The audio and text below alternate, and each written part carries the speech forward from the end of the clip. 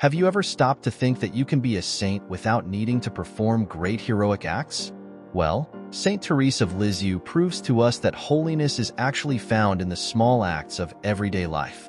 While many believe that it is necessary to do grand things to please God, Thérèse taught that, on the contrary, it is the simple and humble that have the power to touch the divine heart.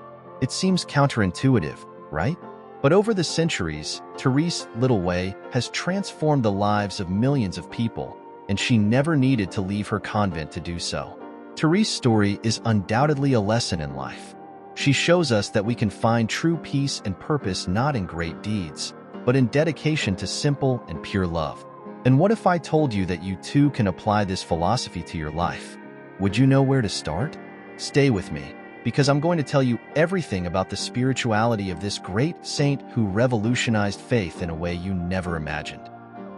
Childhood and family loss. From the very beginning, Thérèse's life was marked by deep faith and, at the same time, a pain that few could imagine for such a young child. At the age of 4, she faced the loss of her mother, Saint Zélie Martin, a figure who symbolized love and unconditional devotion to God and family. This void led her to cling to her father, Saint Louis Martin, and her sisters, who played key roles in her spiritual formation. Imagine yourself in a similar situation. How often do the difficulties in our childhood shape our perspective on life? In Thérèse's case, this pain was only the beginning of a journey of surrender and transformation. The Martin family was known for their unwavering faith, and it's no wonder that her parents were canonized, something rare and significant. In the Martin household, everything had a purpose, and that purpose was to live for the glory of God, even in the simplest tasks. This dedication left a profound mark on Thérèse's heart, who grew not only surrounded by family love, but also with the desire to honor this spiritual heritage. It's inspiring to think that, even in the midst of pain, Thérèse found support and devotion, which strengthened her for the future. And perhaps, here, the lesson is clear. What we inherit from our family can become the foundation of our lives.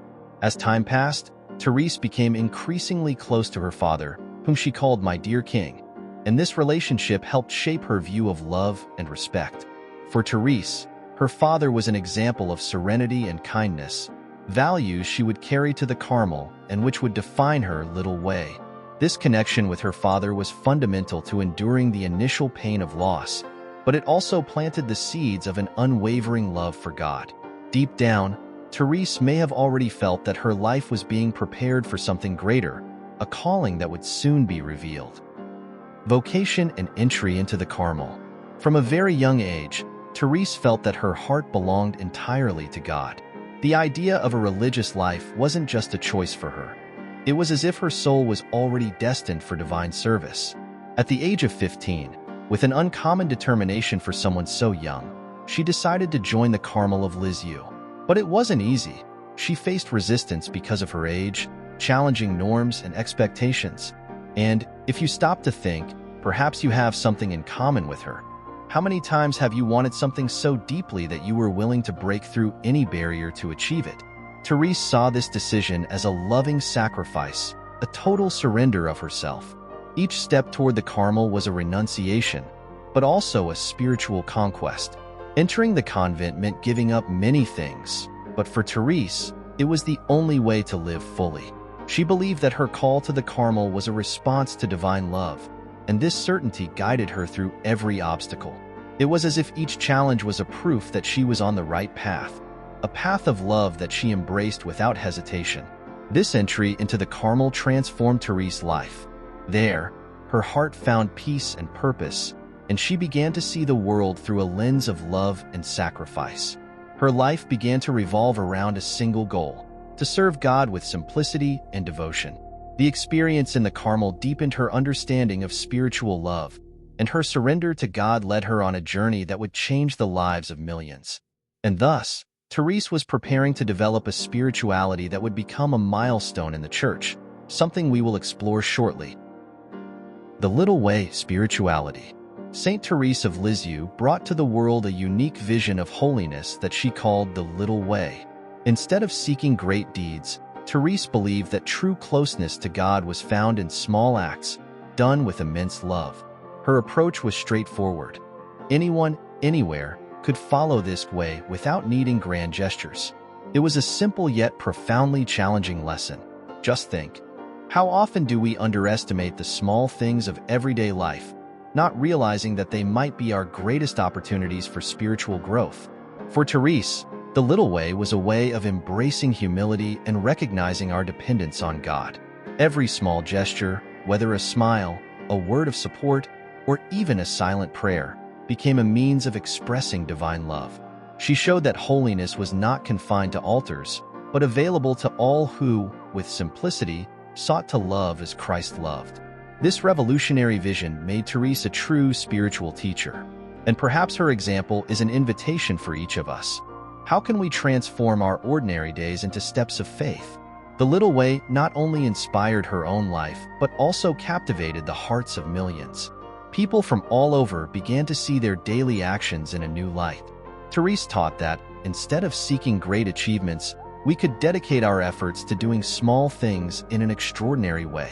In every simple gesture, there is an opportunity to draw closer to God, and Thérèse reminds us that the greatness of the soul is in small things. And with that, she prepares us to discover even more about her legacy, something she recorded in her autobiography. The work Story of a Soul. Saint Thérèse, though young, left a powerful spiritual legacy in her autobiographical book, Story of a Soul. In this work, written out of obedience, she reveals the details of her inner journey, her moments of doubt, and, above all, her unconditional love for Christ.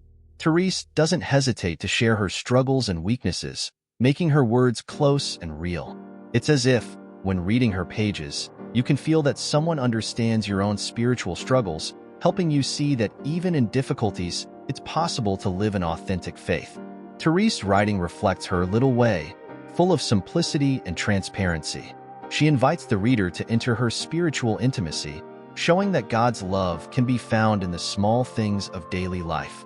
In Story of a Soul, Thérèse offers subtle but profound advice that anyone can apply.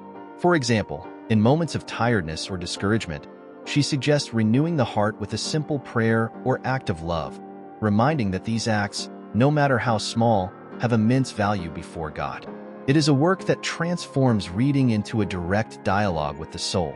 This book became a spiritual guide for many, inspiring generations who identify with her humility and search for divine love. Story of a Soul is not just a narrative. It is an invitation to a life of surrender and trust in God, even in the midst of suffering. Thérèse shares not only her life but a way of seeing the world with eyes of love and gratitude.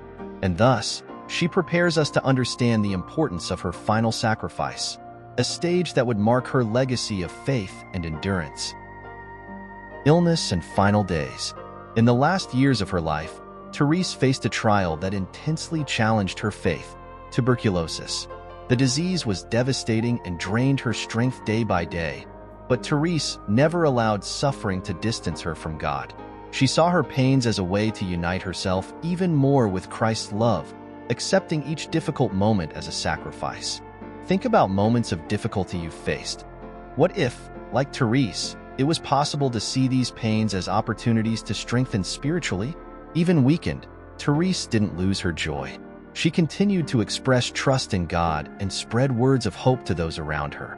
Her serenity in the face of pain inspired the entire community, and even people who visited her left touched by the peace that emanated from her. Thérèse demonstrated that, even when the body is weak, the spirit can remain strong and full of light. It's an example that makes us reflect on how we choose to face our own challenges and the strength we can find in faith. Until her final moments, Thérèse maintained a deep certainty that her mission on earth was just beginning, even though her life was about to end. She said she would spend her heaven doing good on earth, a promise that fueled the hope of thousands of faithful. And so, with her passing, Thérèse didn't just leave sorrow but also the conviction that her spirit would remain alive, guiding and inspiring those who seek God. The strength of her faith was the prelude to something greater, a recognition that would come years later and consecrate her as one of the most beloved saints of the Church. Canonization and title of Doctor of the Church. Saint Thérèse of Lisieux was canonized in 1925, just 28 years after her death, an extraordinary recognition for someone who lived such a simple and humble life. Thérèse never left the Carmelite convent in Lisieux, but her heart burned with the desire to evangelize and transform lives. For this reason, she was declared the patroness of missions, an honor that reflects the greatness of her love for others. Her holiness was not measured by grand deeds, but by the intensity of her love, something many seek on their own spiritual journey.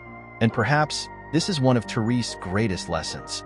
No matter where we are, genuine love transcends any barrier.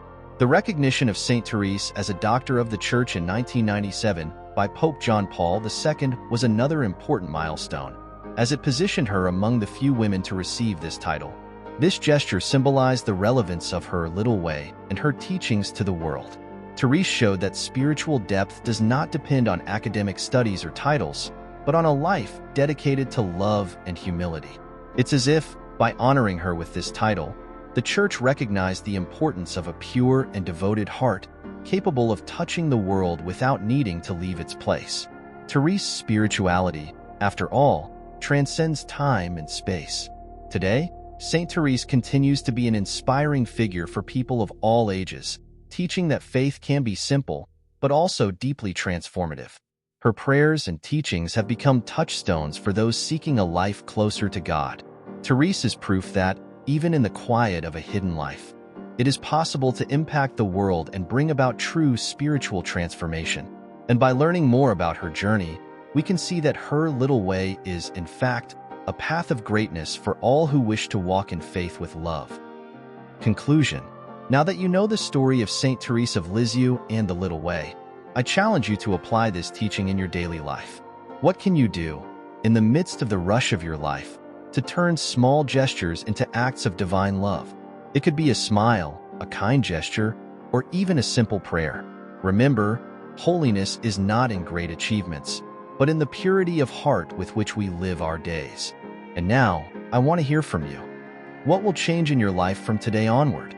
Are you ready to follow Thérèse's little way and transform your daily actions into something greater?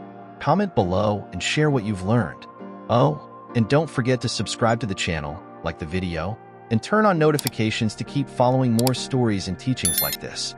Let's embark together on this journey of faith and transformation.